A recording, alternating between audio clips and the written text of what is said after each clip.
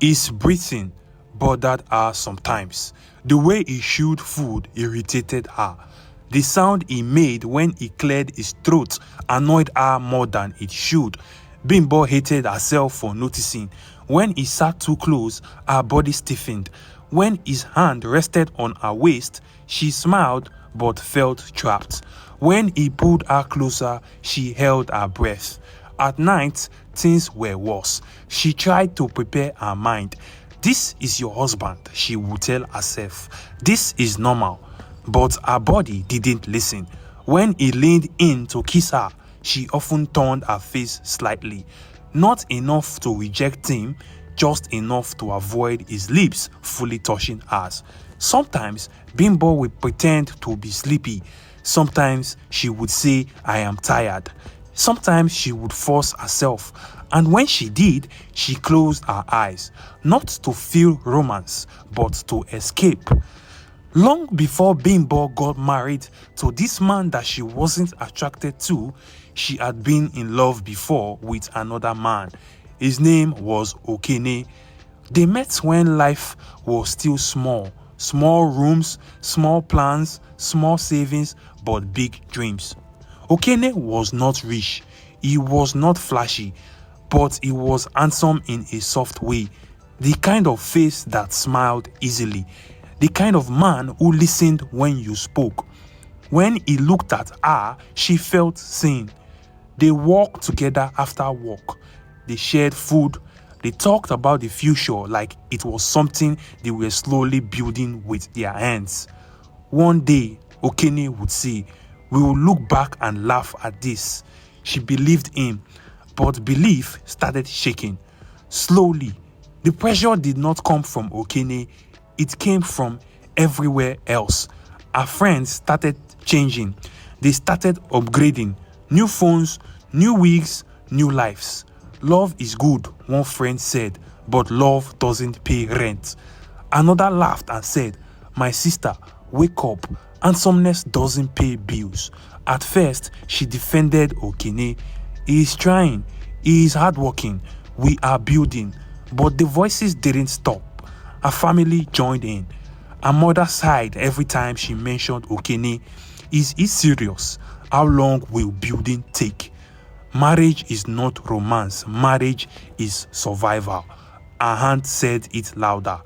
You need a man who is already something, not someone you will suffer with. Then he appeared. His name was Mr. Kekere. He was rich, very rich. He had a big house, a big car, a big account, but he was not handsome, not even a little. His face was rough. His belly came before him when he walked. His smile did not warm her heart. When he touched her hand, she felt nothing. Sometimes she felt uncomfortable, but everyone else was excited. Ha! This is a man. This one is ready-made. You don't marry face, you marry comfort. Bimbo tried to tell herself the truth. She was not attracted to him. She didn't enjoy sitting beside him. She didn't look forward to his calls. She didn't miss him when he was gone. But he was kind in a practical way. He sent money, he bought gifts, he paid bills without complaint. And unknown to her, something else was happening. Her friends were receiving things. Small gifts at first, then money, then favors. Help me talk to her, Mr. Kekere would calmly say. I am serious about her. Her family too. Her uncle received money for transport. Her aunt got a new phone. Her mother got help with hospital bills. No one told her. They only said the same thing again and again. Think well. Be wise. Love doesn't feed children. Okene noticed the change. Bimbo was quieter. She laughed less. She was always thinking. One evening, as they sat together, he asked gently, are you okay? She nodded, but she wasn't. She was torn. Okene still held her hand like it mattered, still talked about the future like it was theirs. But fear had entered her heart. Fear of struggling forever. Fear of choosing wrong. Fear of ending up with love but no security. One night, her best friend said the final words that broke her resistance. My dear, imagine suffering with a handsome man and watching your mates enjoy life with ugly rich ones. At the end of the day, they will still be smiling in comfort and you will be managing love. Bimbo laughed that night, but she didn't sleep. She kept thinking. Okene came with dreams. Mr. Kekere came with guarantees. One was uncertain, the other was stable. She broke up with Okene quietly. No fights, no drama. I need peace, she said. I need stability. Okene didn't beg, he didn't shout. He just looked at her for a long time. I hope you find what you are looking for, he said. Bimbo married Mr. Kekere. The wedding was beautiful. The pictures were perfect. People said she made the right choice. She moved into a house where everything worked. Light, water, comfort. That night, lying beside a man she did not desire, she stared at the ceiling and told herself, this is what maturity looks like. She ignored the empty feeling in her chest. She had chosen comfort, and everyone applauded. Marriage changed Bimbo's life overnight, not because of love, because of structure. A new house had rules. Morning routine, evening routine. Everything had a place.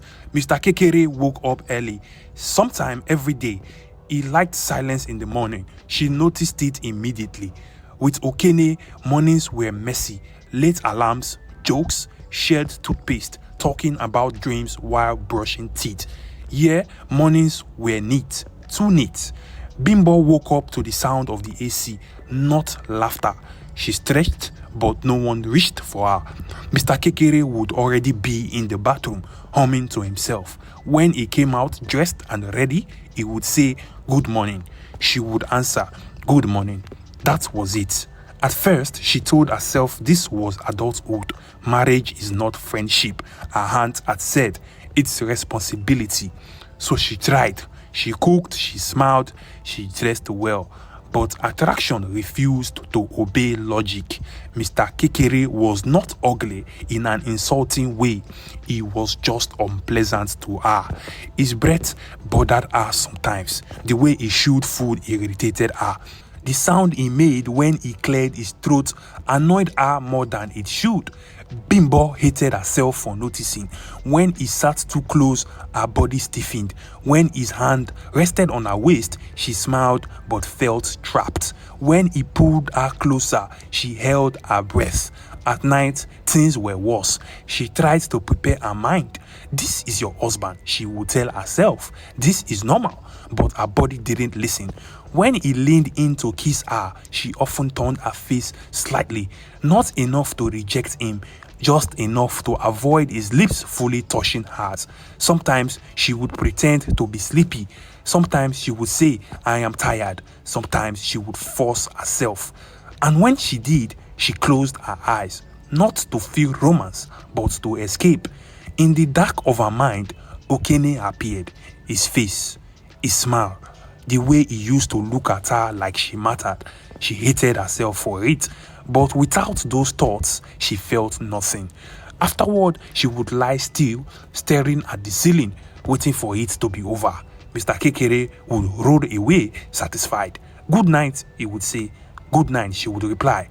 She wondered if he noticed, if he felt the distance, or if comfort had made him blind. Outside the bedroom, life looked perfect. Her friends praised her. Marriage has finished you, one said. You are glowing. Her family smiled proudly. You did well, her mother said. You chose wisely. But inside, she felt like an actress in her own life. Bimbo started avoiding physical closeness. She kept busy. Gym, shopping, visiting family. Anything to reduce time alone with him. When he touched her unexpectedly, irritation flashed through her like heat. Why now? Why are you so close? Then guilt followed. What kind of wife thinks like this? She blamed herself. Maybe she was ungrateful. Maybe she was immature. Maybe love would grow later. Everyone said it would, but weeks passed. Then months. Nothing grew. One afternoon, Bimbo sat alone in the house, scrolling through old pictures on her phone. She found one she forgot to delete. Her and Okene, sweaty, laughing, sitting on a bench, sharing food. She stared at it for a long time. The picture had no money, no comfort, but it had something she could feel even now. She locked her phone quickly when she heard Mr. Kekere's car. Fear shot through her. Not because she did something wrong, but because she didn't want to explain emotions he would never understand. That night, as he lay beside her and reached her, irritation rose again. Bimbo turned away slightly. "Are you okay?" he asked. Yes, she lied. But she wasn't. She was realizing something slowly, painfully. Comfort can give you a house. Comfort can give you peace of mind. But comfort cannot force desire. It cannot create connection. It cannot replace love. And the worst part, she had chosen this. Months passed. From the outside, her marriage looked successful. People pointed at her and said, "She is lucky." But inside the house, nothing changed. Mr. Kekere provided. He always did. Money never finished. Comfort never left. But connection never came. They spoke about bills, about family events, about plans, never about feelings, never about dreams. At night, they lay beside each other like two people sharing space, not life. Sometimes it touched her, sometimes she allowed it, but her heart was never present. She stopped fighting the irritation. She stopped hoping attraction would grow. She just endured. One afternoon, everything changed. It happened accidentally. Bimbo went to visit her mother. Her aunt was there too. They were laughing in the kitchen. She walked in quietly and heard her name. Honestly, her aunt said, "That man tried, he really tried, and he paid well." Her mother laughed softly. "At least she is comfortable now." Paid. The word caught her attention. She stepped forward. "What did you say?" They froze. Her aunt tried to smile. "Oh, nothing serious." Her heart started beating fast. "Paid who?" she asked. Silence. Then the truth started spilling out. Not all at once, slowly, carelessly.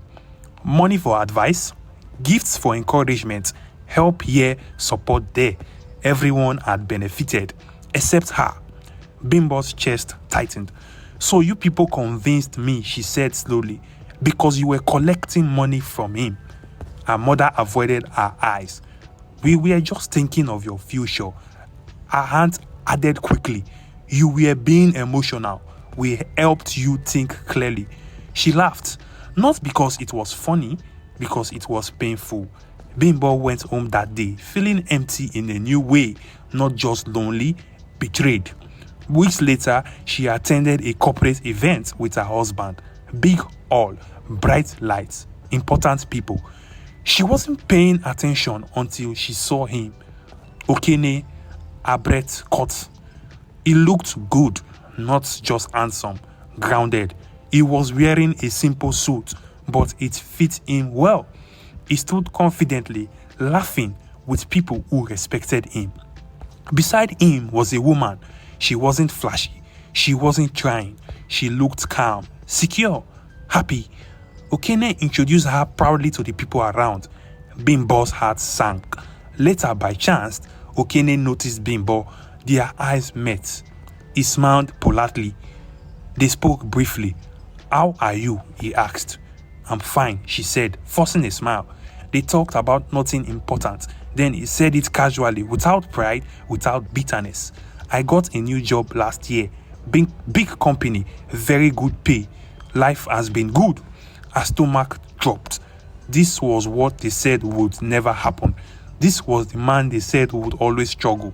She congratulated him. He thanked her kindly. No anger, no resentment. That hurt more than it could ever do. That night, she lay in bed beside Mr. Kekere, staring into the darkness. Everything became clear. She didn't just leave love. She left belief. She didn't just choose comfort. She chose fear. She trusted voices that were paid. She ignored the man who stayed. And now she had everything they promised, except happiness. Tears slid down quietly her face. She didn't sob, she didn't scream. She just understood. Some mistakes don't shout. They sit with you for life. She turned her face away from her husband, and for the first time, she admitted the truth fully. She had made a huge mistake, and there was no going back.